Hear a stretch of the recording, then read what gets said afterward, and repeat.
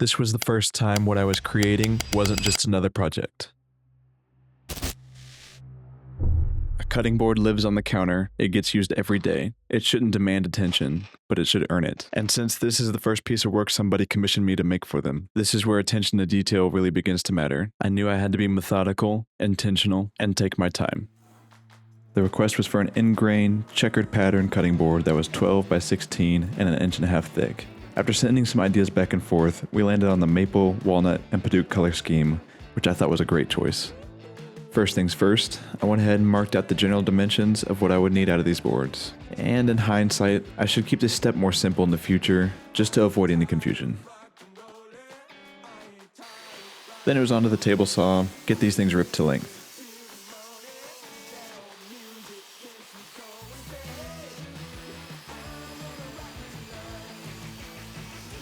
I then had to go cut them all down to 1-inch wide strips. One thing I would like to note is the feedback and the support that I've gotten over my last few videos has been super encouraging. I've already learned so much from those of you who have been doing this kind of stuff for years, as well as those of you who are just getting started like myself. So I wanted to take a second and say thank you. And I promise, I will get around to building a crosscut sled.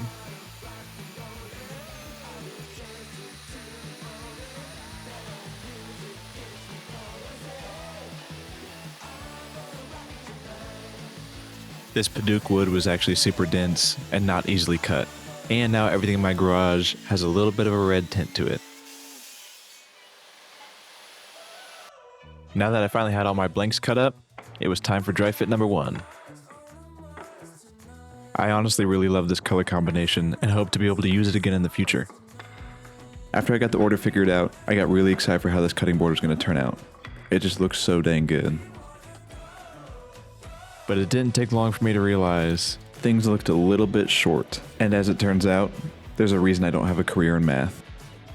Since this was going to be in grain and an inch and a half thick, I cut these blanks far too short for what I would need in the final product.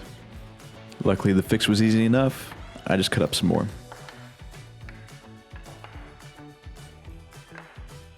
With crisis number 1 out of the way, it was finally time to get to the first glue up.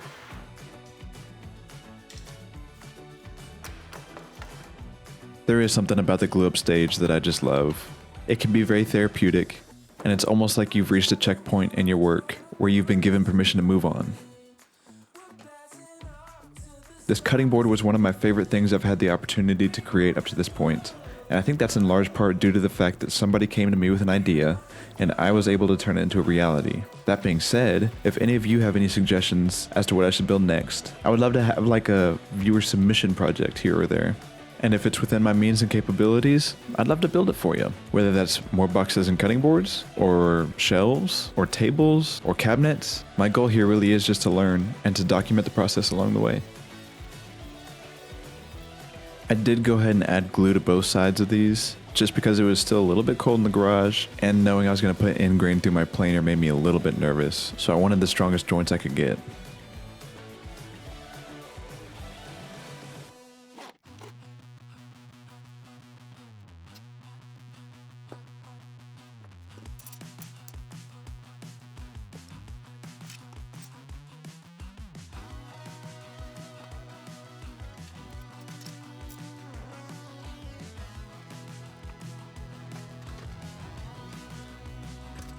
And once all this glue dried up, it was onto the planer to get everything flattened out. This thing is definitely the best purchase I've made so far, that's for sure.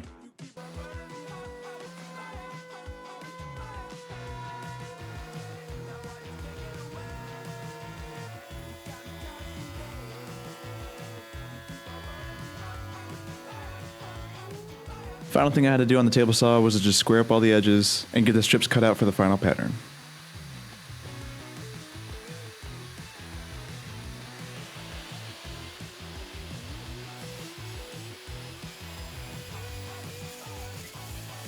I made sure to go ahead and take my time at this stage, knowing that if I made a mistake here, it would probably mean having to start over again.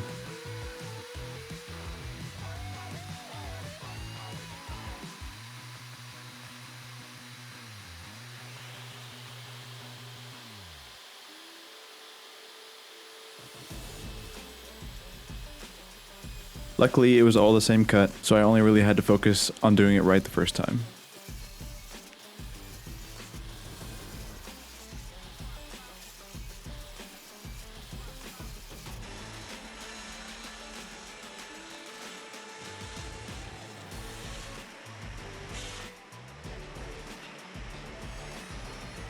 Even in laying all of these out on the table, I was really happy with how things were looking.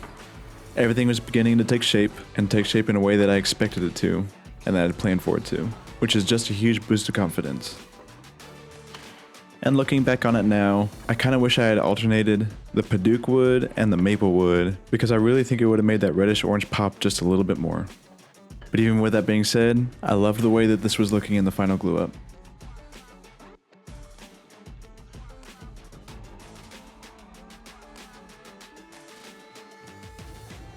It was then on to the home stretch. After getting the glue cleaned up, I added some juice grooves for just a little bit more character and some usefulness.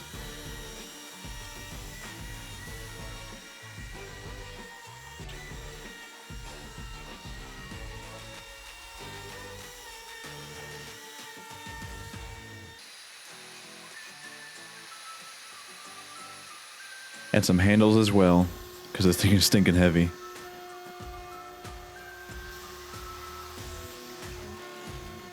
Then I sanded it all nice and buttery smooth. The one thing I ended up not liking very much about this, in that final glue up, some of the pieces shifted, so you can see in this shot especially, not all of the checkered pattern lines up, so in the future I'll be way more careful about keeping those aligned, and I excused it as adding just a touch of that handmade quality to it. And finally, time to add the finish. I've got this compound of mineral oil and beeswax. It's not my own creation, I borrowed it from MWA Woodworks, but it works very well and it looks great.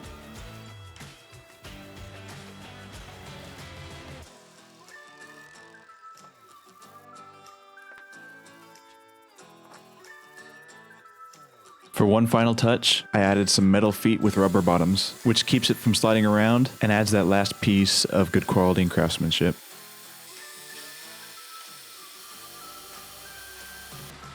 And of course, they had to be brass.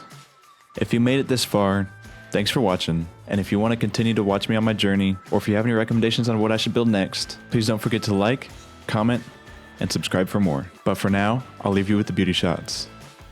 See you next time.